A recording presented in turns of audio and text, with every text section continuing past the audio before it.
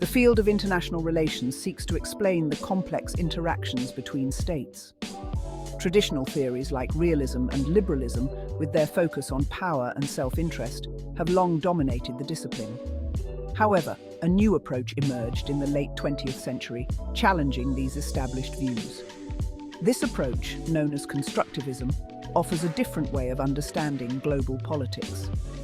Constructivism argues that the international system is not just about material forces, but also about ideas, norms, and identities.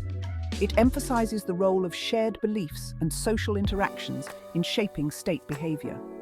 Realism and liberalism see states as actors primarily motivated by power and self-interest, much like actors following a pre-written script. Constructivism, on the other hand, suggests that these actors can improvise, changing their roles and the script itself based on their interactions and shared understandings. Traditional international relations theories, particularly realism, emphasize the material aspects of power. States are seen as rational actors, primarily concerned with maximizing their military and economic capabilities. While these factors are undoubtedly important, constructivism argues that they do not tell the whole story. Constructivists contend that the meaning and significance of material objects, including military might, are not inherent but socially constructed.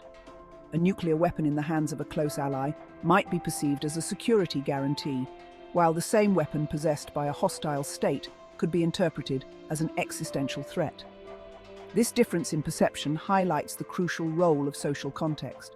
Similarly, the significance of military power, economic resources, or geographic location is not fixed, but depends on shared beliefs, norms, and historical experiences.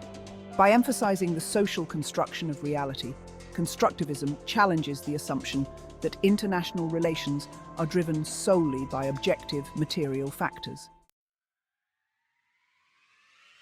Constructivism emphasizes the power of ideas and beliefs in shaping state behavior.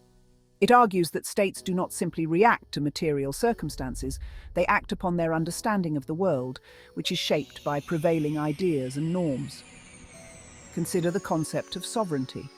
The idea that states are the ultimate authority within their borders is not a natural law, but a socially constructed norm. This norm, however, has become deeply ingrained in the international system, shaping how states interact and view their rights and responsibilities. The rise of human rights as a global norm is another example of how ideas shape state behavior. This shift in norms has led to increased scrutiny of state actions, prompting states to modify their behavior, at least superficially, to conform to these evolving expectations. Constructivism highlights the importance of understanding these ideational factors to fully grasp the dynamics of global politics. Constructivism places a strong emphasis on the role of norms and identity in international relations. Norms, in this context, refer to shared expectations about appropriate behavior for actors with a particular identity. These norms can range from formal rules enshrined in international law to informal understandings about acceptable conduct. Identity, for constructivists, is not fixed or predetermined. Instead, it is shaped by a state's self-perception and its interactions with others.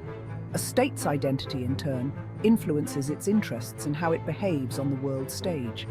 For instance, a state that identifies as a democracy is more likely to support democratic movements abroad and align itself with other democracies. The development of the European Union exemplifies how shared norms and identities can shape international relations. One of the key concepts in constructivism is the idea of the mutual constitution of agents and structures. This concept suggests that while agents, like states, act within a structure, which is the international system, the structure itself is also a product of agents' actions and interactions. Imagine a group of dancers on a dance floor. The dancers, or agents, move and interact within the confines of the dance floor, which represents the structure. However, the way they dance, the steps they choose, and the patterns they create also shape the experience and atmosphere on the dance floor. Similarly, states operate within the existing structures of the international system, influenced by norms, treaties, and power dynamics. However, their actions and interactions can also transform those structures over time. This dynamic relationship between agents and structures highlights the fluid and ever-evolving nature of international relations. Constructivists place significant emphasis on the role of discourse in shaping international relations.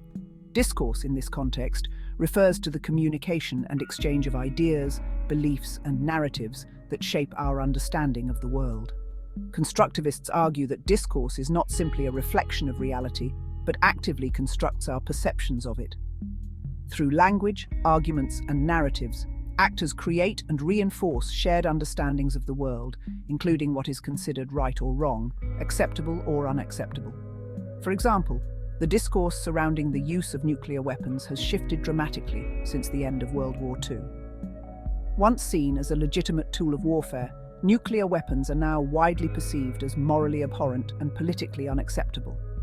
The power of discourse lies in its ability to shape norms, identities, and ultimately, state behavior. Understanding how discourse operates is therefore crucial for comprehending the dynamics of international relations. The insights of constructivism can be seen in numerous real-world examples. One prominent case is the evolution of norms surrounding humanitarian intervention.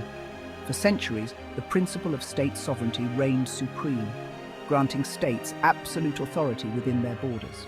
However, the latter half of the 20th century witnessed a growing awareness of human rights violations and a corresponding shift in international norms. The idea that states have a responsibility to protect their populations from genocide, war crimes, and crimes against humanity gained traction. This shift in norms, driven by advocacy groups, international organizations, and individual states, led to the development of the responsibility to protect R2P doctrine. Another compelling example is the global movement to address climate change. Through scientific research, advocacy campaigns, and international agreements, a new understanding of environmental issues emerged. This shift in perception has led to the creation of international agreements like the Paris Agreement, demonstrating the power of ideas and norms to shape state behavior on a global scale. While constructivism offers valuable insights into international relations, it is not without its critics. One common criticism is that it is too idealistic and downplays the role of material power. Critics argue that states are ultimately motivated by self-interest, and that the international system remains a dangerous place where power politics trumps idealistic notions of norms and cooperation. Another criticism is that constructivism struggles to explain how norms emerge and change. While it acknowledges that norms are socially constructed, it is less clear about the specific mechanisms that drive these changes. Critics argue that constructivism often resorts to circular reasoning, arguing that norms matter because they shape behavior, and behavior shapes norms. Furthermore, some critics argue that constructivism is better at explaining the past than predicting the future. Despite these criticisms, constructivism remains a valuable tool for understanding global politics. Constructivism has emerged as a significant theoretical approach in international relations, offering a distinct lens through which to understand the complexities of global politics. While traditional theories like realism and liberalism focus on material power and self-interest, constructivism emphasizes the importance of ideas, norms, and identities in shaping state behavior. By highlighting the social construction of reality, constructivism challenges the notion of a fixed and objective international system. It argues that the world we live in is not predetermined, but rather shaped by our shared beliefs, interactions, and the meanings we ascribe to them. This perspective allows for a more dynamic and nuanced understanding of international relations, acknowledging the potential for change and the power of ideas to shape the course of history. While not without its criticisms, constructivism offers valuable insights into a wide range of global issues, from the evolution of international norms to the emergence of new forms of cooperation and conflict. It reminds us that the international system is not static, but rather a fluid and ever-evolving arena shaped by the interplay of material forces and social constructs. As we navigate an increasingly complex and interconnected world, the insights of constructivism will remain crucial for understanding the dynamics of global politics and informing effective policy decisions.